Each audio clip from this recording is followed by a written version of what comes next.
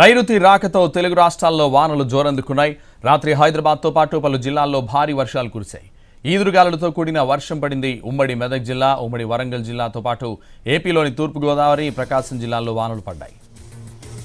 హైదరాబాద్ శివార్లోని పలు ప్రాంతాల్లో రాత్రి గాలివాన బీభత్సం సృష్టించింది. ఈదురుగాలులకు రోడ్లపై చెట్లు, విద్యుత్ స్తంభాలు విరిగిపడ్డాయి. కుత్బుల్లాపూర్లో ఓ కారుపై చెట్టు విరిగిపడింది. గాలివానకు పలు ప్రాంతాల్లో విద్యుత్ సరఫరాకు అంతరాయం ఏర్పడింది. మెదక్ జిల్లా శివంపేటలో ఓ కారుతో పాటు ఇంటిపై భారీ చెట్లు కూడా.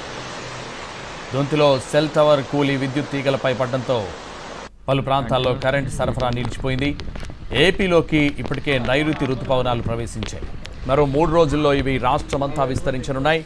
ఈ జూన్లో సాధారణం కంటే ఎక్కువ వర్షపాతం నమోదవుతుందని వాతావరణ శాఖ చెబుతోంది.